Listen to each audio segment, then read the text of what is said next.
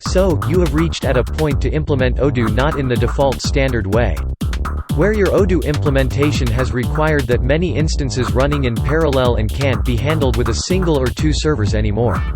And the decision is to utilize Docker, as it can be scaled and managed easily as the client request increased dramatically.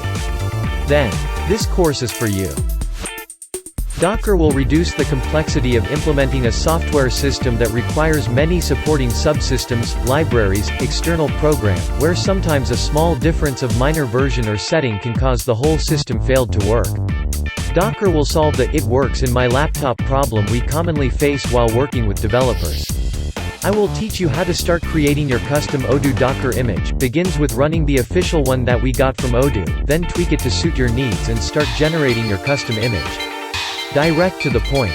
Not that much theory.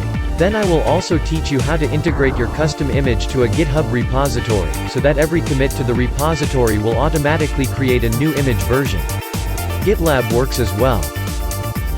Or, when you need to pull the repository on every Docker container restart.